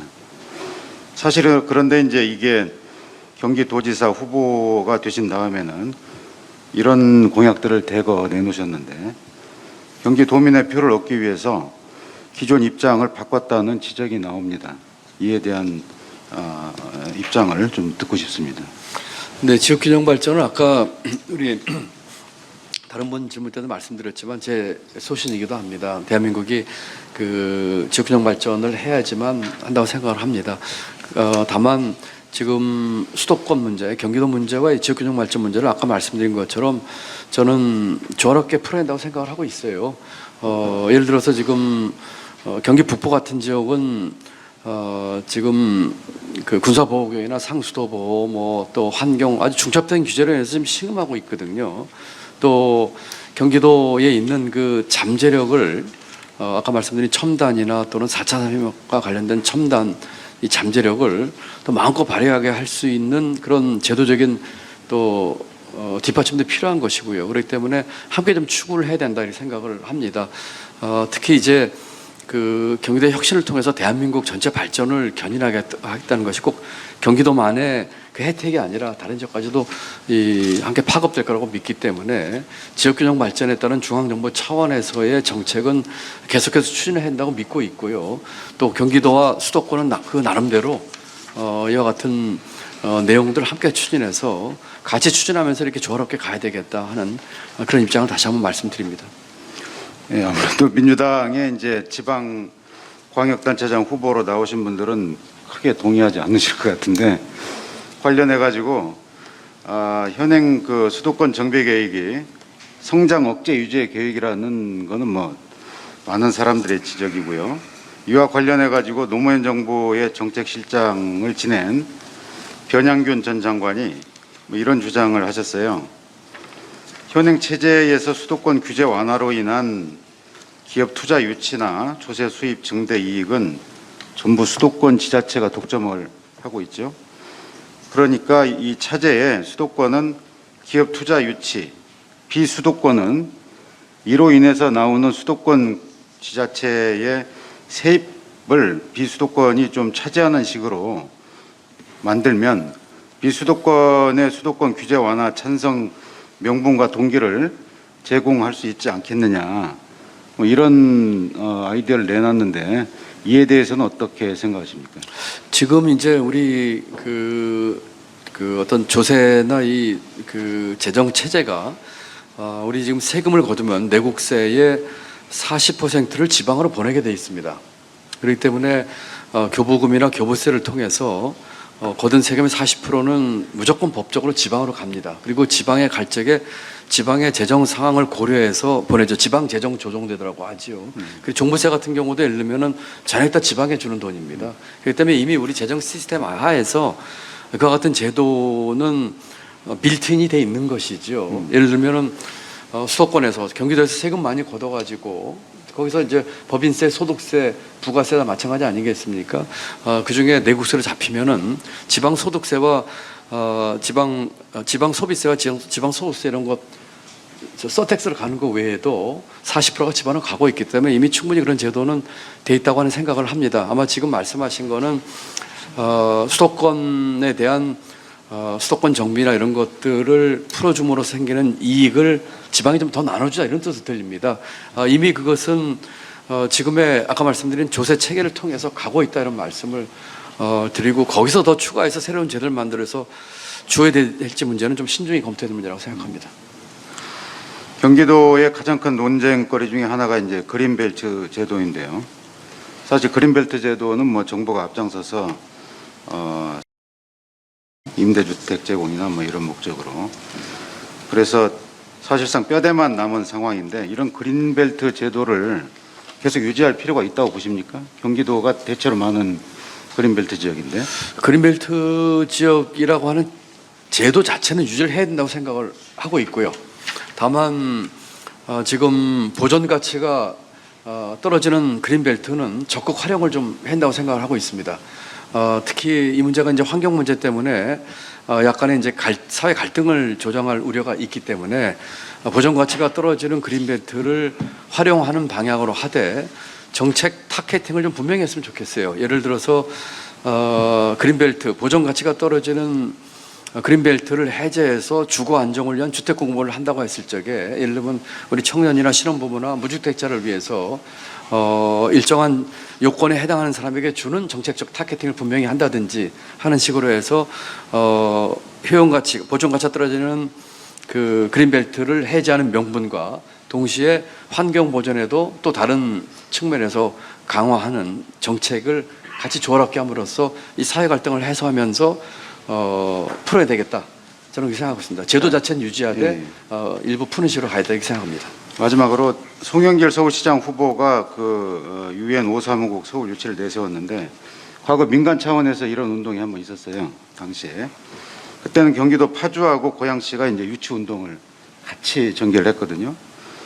후보님도 역시 비무장지대의 뭐 평화공원 조성이니 해서 경기 북부를 평화경제 허브로 만들겠다는 그 공약을 밝히셨는데 UN 5사무국을 경기도에 유치할 생각은 없으신가요? 그 아주 좋은 아이디어라고 생각합니다.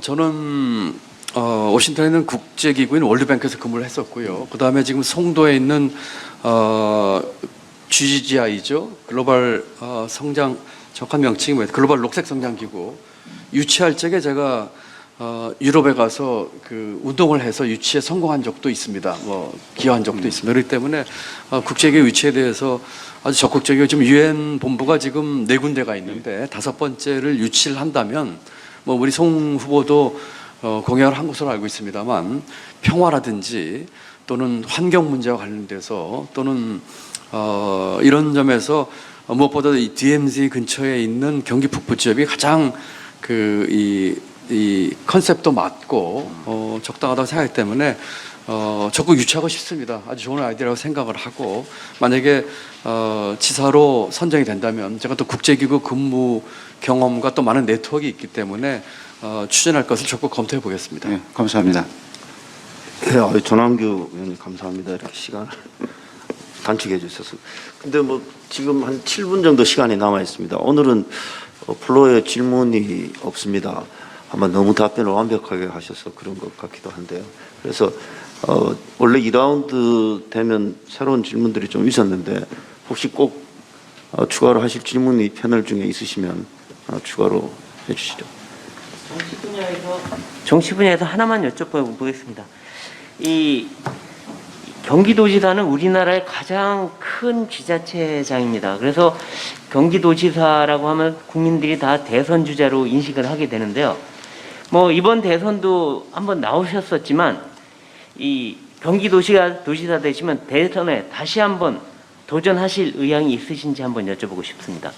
배 의원님, 저는 지금 경기도 문제만으로도 지금 뭐 주체할 수가 없습니다. 제 시간과 노력과 정열을 지금 경기도지사가 돼서 경기도를 발전시키는데 지금 뭐 모든 걸 지금 쏟아붓고 있습니다. 지금 조금 더 다른 생각할 여유 없이 경기도 선거의 승리를 위해서 또 경기도지사가 돼서 경기도정을 잘 살피겠다고 하는 오로지 그 생각으로 좀 뛰고 있다, 이렇게 말씀드립니다. 글쎄요. 우리 뭐 대의원이 질문하기로 했던 것 같은데, 그러니까 여러 대통령을 모셨는데요. 이제 경제적으로 좀 뭐랄까 경제 관련 하셨습니다. 가장 좀 잘한 대통령, 본인과 좀 이렇게 잘 케미가 맞은 대통령 누구인지 꼽아주실 수 있나요? 예, 제가 대통령 6번 모셨습니다. YS 때부터 YS 때 청와대 근무했었고요. 그 이후로 쭉 모셔가지고 부총리까지 했습니다. 뭐 굳이 우리 정 의원님께서 답을 강요하신다면은 저는 노무현 대통령 꼽고 싶습니다. 노무현 대통령 때 제가 비전 2030이라고 하는 국가 비전 보고서를 만들었고 그 보고서를 통해서 저는 정책 당국자로서의 한계를 넘어서 이 경제 철학과 경제 가치와 이 국정 비전에 대한 눈을 뜨게 됐습니다.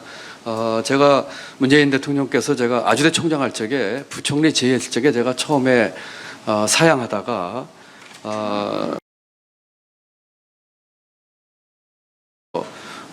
중심 보고서였는데 그 보고서 만든 사람이 이제 실천에 옮겨야 되지 않겠느냐 하는 말을 듣고 제가 부총리에 들어갔을 정도로 그 보고서를 만들면서 국가 간 가치 철학 또 정말 힘든 사람들에 대한 여러 가지 생각들에 대한 구체화를 할 수 있어서 뭐 굳이 꼽담은 저는 노무현 대통령 때가 가장 좀 그런 게 맞지 않았을까 이렇게 생각합니다. 하나만 더 해도 될까요? 더 있으세요? 하시죠. 근데 이제 실제로 대통령을 가까이서 모신 거는 이명박 대통령이 가장 가까이서 모신 거 아닐까? 그 당시에 이제 비서관도 했고 오랫동안, 그리고 이제 비적으로 돌아가는 예산실장도 하시고 차관도 하시고, 이명박 정부 시절은 좀 어떻게? 저는 박근혜 대통령 때도 국무조정실장으로 뭐 2주에 한 번씩 보고를 드리고 굉장히 자주 보고를 드리는 상황이었었고 문재인 대통령께도 정기적으로 2주에 한 번씩 보고를 했지만 여러 가지 회의를 통해서 뭐 자주 만나고 필요하면 통화도 하는 그런 저가 있기 때문에 뭐 그리고 어느 대통령이나 저는 소신껏 제 입장을 밝혔습니다. 이명박 대통령 때도 여러 가지 기억이 있습니다만 아까 말씀드린 것처럼 그 정치권에 대한 제 소신을 밝혔고 박근혜 정부 때는 뭐 제가 사표를 내고 나왔었고 또 아까 문재인 정부 때는 소주상에 대한 여러 가지를 했기 때문에 제가 그 정무직 새 정부에서 정무직을 하면서 저는 뭐 제 소신껏 그리고 제 신껏 일했다고 생각을 하고 있습니다. 이거 원래 정화석 의원 질문인데 제가 좀 보충 질문을 하도록 하겠습니다. 이재명 지금 후보가 경기지사 재직할 당시 지역화폐 효용성을 둘러싼 논란이 있었습니다. 학계와 전혀 다른 입장 내놓으셔서 논란이 있었는데 경제 전문가로서 지역화폐 효용성에 대해서 어떻게 생각하십니까? 네, 저는 지역화폐를 보다 확대할 생각을 가지고 있습니다. 제가 지역화폐 보면서 소비에 미치는 영향과 지역 경제에 미치는 영향이 상당히 긍정적으로 보고 있습니다. 조금 더 수정 보완하고 확대 발전할 생각을 하고 있고요. 이재명 전 지사의 정책 중에서 같은 생활 밀착형으로 이 도민의 생활을 바꾼 정책들은 승계하고 보완하고 발전하겠습니다. 다만 아까도 이제 뭐 대장동 이슈 등 이런 얘기가 나왔는데 저는 지금 경기도지사 선거에서 대장동 문제나 또 법화 문제, 수사 문제 이런 얘기에 대해서 나온 것에 대해서 조금 안타까운 생각을 금할 수가 없습니다. 말씀드린 것처럼 명명백백하게 밝혀야 되겠지만 이것이 어떤 정치적인 목적을 가지거나 또는 정치적 의도로 진행돼서는 안 된다고 생각을 하고 있습니다. 이와 같은 과거 문제에 대해서는 나름대로 평가를 하면서 또 보완할 부분, 또 수정할 부분 하고 이런 수사나 이런 부분에 있어서는 정치적인 목적이 아닌 그야말로 정해진 또 투명하고 제대로 된 절차에서 가는 쪽으로 가면서 이번 선거에서는 미래를 위한 얘기들, 경기도를 위한 얘기들이 주로 화제가 돼서 비전 선거, 정책 선거가 됐으면 생각을 해봅니다. 예, 뭐 오늘 저희도 대장정 문제 같은 걸 짚었는데 좋은 말씀이긴 합니다. 그러나 이제 또 과거를 정확히 진단해야 미래를 또 지향할 수 있기 때문에 과연 그런 문제에 대해서 우리 후보자께서 어떤 생각과 인식을 갖고 있는지도 중요한 또 판단의 기준이 되리라고 봅니다. 플로에서 질문이 하나 왔는데 김재용 선배께서 하시는데 질문지 그대로 읽도록 하겠습니다. 네네. 약간 이게 한국의 고위공직자 출신 중 정관예우를 거절한 매우 드문 사례입니다. 그 외 정당들의 국회의원 선거 등 출마제에도 모두 응하지 않았습니다. 사후에 지금처럼 대통령 선거나 도지사 선거 출마 등을 염두에 두고 그랬던 큰 포석 대기획이 아니었는지 솔직한 속마음을 듣고 싶습니다. 100% 솔직하게 말씀드리겠습니다. 전혀 그렇지 않습니다. 제가 전관예우 박근혜 정부 때 국무위원 시장 마치고 나오니까 장관 연봉에 20배 제의도 받고 했습니다. 그 자리에서 거절했습니다. 제가 뭐 특별한 철학이나 뭐 이런 것보다도 제 마음속에서 나오는 목소리가 그건 아니다 하는 생각이었기 때문에 오히려 저는 제가 전관예우를 다 거절했다는 것이 뉴스가 되는 것이 오히려 이상합니다. 제가 정상이어야 될 것 같은데 뭐 거의 유일하게 제가 전관예우를 다 거절했다는 얘기를 하면서 하시는데 저는 뒷일 생각하고서 그런 일 한 적도 없고요. 그때는 뭐 정치하려고 생각하지도 않았었고요. 그냥 제 양심껏 제 마음이 이끄는 대로 모든 걸 거절하는 것이 맞다고 생각했고 고위 공직자로서 그것이 국민에게 무한한 책임을 지는 길이라고 생각했기 때문에 하등의 주저 없이 그런 결정을 했다 이렇게 생각을 하고 있습니다. 네. 사실 지난번 대선 관훈 토론회에서 김동연 후보를 모시지 못했습니다. 당시는 지지율이 조금 저조하게 나와서 김 의원님 모실 경우에 다른 모든 후보들을 초청해야 될 상황이 돼서 아쉬움이 있었습니다. 사실 30몇 년의 경제 관료를 지내신 경륜과 또 이런 것들을 듣고 싶었지만 그때 기회를 갖지 못했는데 오늘 이렇게 다시 모시게 돼서 저로서도 굉장히 기쁘게 생각합니다. 마지막으로 고생을 하셨지만 마무리 발을 듣도록 하겠습니다. 네, 감사합니다. 장시간 좋은 질문 해주신 우리 패널 분들께 감사와 존경의 마음을 함께 표시합니다. 그리고 많이 배웠습니다. 말씀 주시는 그런 질문에 따라서 저도 또한 답변하면서 많이 배웠다는 말씀드리면서 감사하다는 제 부족한 점도 채우도록 하겠고 또 주신 말씀 잘 새겨듣도록 하겠습니다. 한 가지 강조하고 싶은 거는 말이 아니라 실천으로 보여드리겠습니다. 그저 말하기 좋은 말, 남이 써준 걸 잃지 않고 진정성 가지고 행동과 실천으로 보여드리겠습니다. 제가 도정을 맡게 되면 4년지 경기도는 확실하게 변해 있을 것입니다. 우리 경기도민들께 경기 찬스 드리겠습니다. 아빠 찬스, 엄마 찬스, 셀프 찬스 없는 도민 청년들에게 경기 찬스 드리겠습니다. 확실한 혁신 성장을 통해서 경기도 경제 몇 단계 확실하게 업그레이드 시키고 발전시키겠습니다. 일자리 넘쳐나게끔 만들겠습니다. 또한 경기 북도 많은 분들이 그동안의 정치적 공약으로 얘기를 하셨던 것 같은데 저는 확신이 있습니다. 경기 북도 여러 번 가보면서 경기 북도가 북부쯤에 갖고 있는 그 성장 잠재력, 보면서 분명하게 추진해서 대한민국 경기도 역사, 대한민국 역사의 한 획을 분명히 긋겠습니다. 4년 뒤 확실하게 다른 모습 보여드리겠습니다. 이런 제가 갖고 있는 진정성과 또 그동안에 쌓은 역량과 경험을 통해서 경기도를 바꾸는데 분명한 모습을 보여드리겠다는 약속을 드리면서 감사 인사 드립니다. 수고하셨습니다. 감사합니다.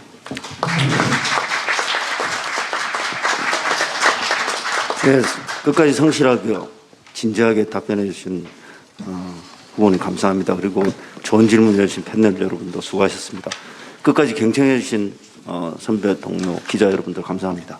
이것으로서 김동연 더불어민주당 경기지사 후보 초청 관훈 토론회를 모두 마치도록 하겠습니다.